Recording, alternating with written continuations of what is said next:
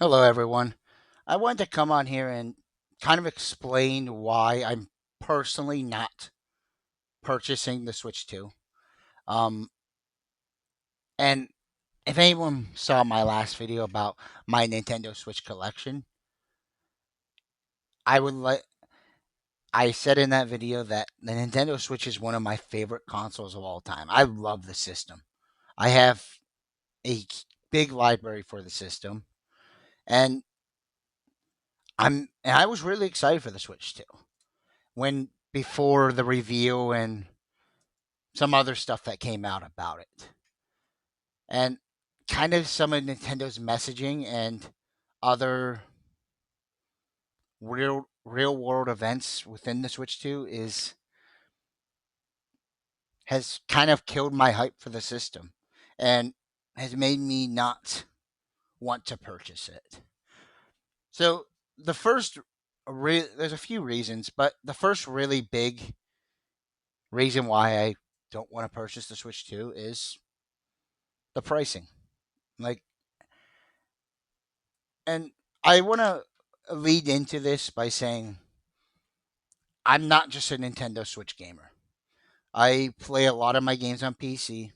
I own a PS5, and I I have my Nintendo Switch that I played on. So when I say that, a lot of my gaming time is moved between those systems. And when I mean that by it's going between those systems, the Switch gets a lot less time than what it did. And that leads into also another part, my other reasoning at the end in a little bit, but $450 for a Nintendo console. And I want to, and I don't want this to come off bad, but I believe I've always viewed the Nintendo Switch, Nintendo consoles as a whole, as more of a secondary system. It's a good dessert for your main course. And I hope that doesn't come off wrong, but I'm going to try to explain it the best I can. I buy Nintendo consoles for exclusives.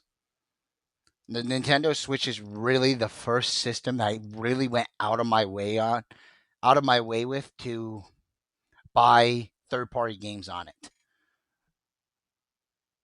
And the reason why I could justify buying a what I consider to be a secondary console to me was the fact that the games were cheap. Well, the games weren't cheap, but was because the system was fairly inexpensive. I bought my first Nintendo Switch with the Nintendo Switch Lite. That was a $200 system compared to some of the other offerings on the market right now. The other cheapest system you can go for is probably the Xbox Series S. If you and for the Xbox side of things, or and well, you get the PS5 digital for the PlayStation side of things. So I believe 450 is a little bit too much, just for my taste. I'm not saying it's not a big upgrade over the regular Nintendo Switch. I just don't think it's. I think at 400, I probably would have a different tune if this was at $400 because I didn't expect it to be priced at the same price point as the Nintendo Switch OLED, which was 350. But I didn't expect it to be over 400 in my opinion, and I can't justify a system buying a system that is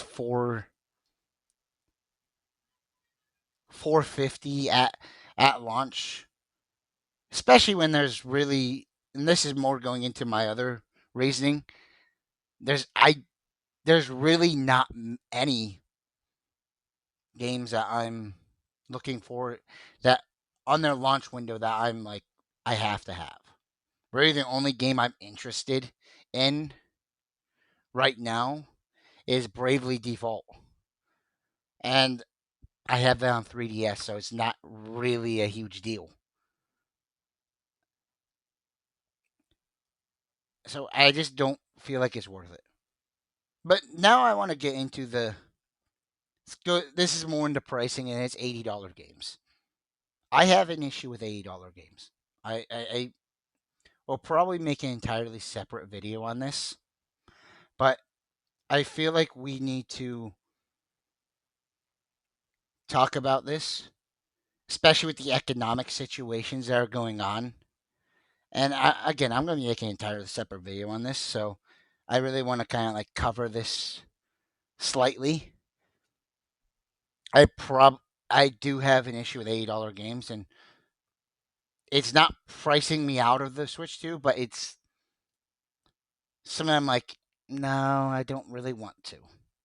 Especially when, as I said, I play a lot of games through the used market. I buy a lot of used physical games, and when Nintendo doesn't put their games on sale or their used market prices stay up high, yeah, I'm going to have some issues trying to purchase the system. I'm going to have some issues with the $80 price point because the cheapest I was going to get is probably $75, maybe 70, and I was already hesitant on the $70 price tag. $80, even more so. Now, I also want to preface this. You have every right as consumer to purchase a product or to not purchase a product. There's nothing wrong if you want to buy the Nintendo Switch 2. And there's nothing wrong if you're not going to purchase this Nintendo Switch 2. But I do want to preface the idea that there are going to be ramifications of this. If it does sell well, $80 games do sell really well because it's going to be a new industry standard. We're already starting to see other publishers do it. And it's going to be a issue down the line for gamers that are more budget oriented like myself. But again, make your own decision on it. But I do want to push home the point of there are going to be ramifications of this if it does sell well.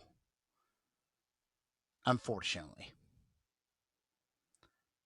Now, that doesn't mean I'm not going to buy it in the future.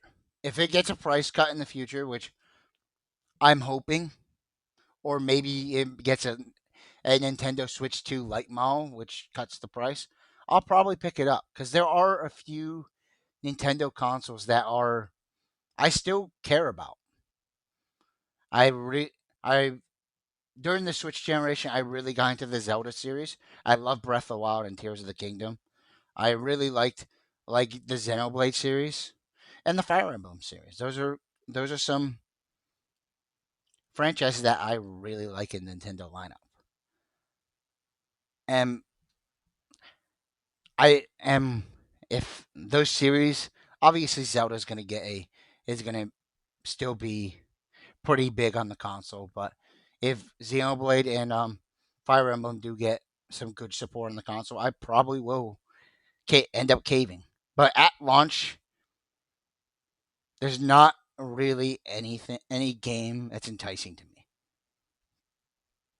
So that's kind of the reason why I'm not buying a Nintendo Switch 2 at launch. Um, again, um, I don't want to make this video to convince you or not convince you to buy the system. I just want to give an informed opinion on why I'm personally not buying the system. And I hope that you make an informed decision on if you want to purchase the system or not. I'd like to thank everyone if they stayed this far in the video and have a great day.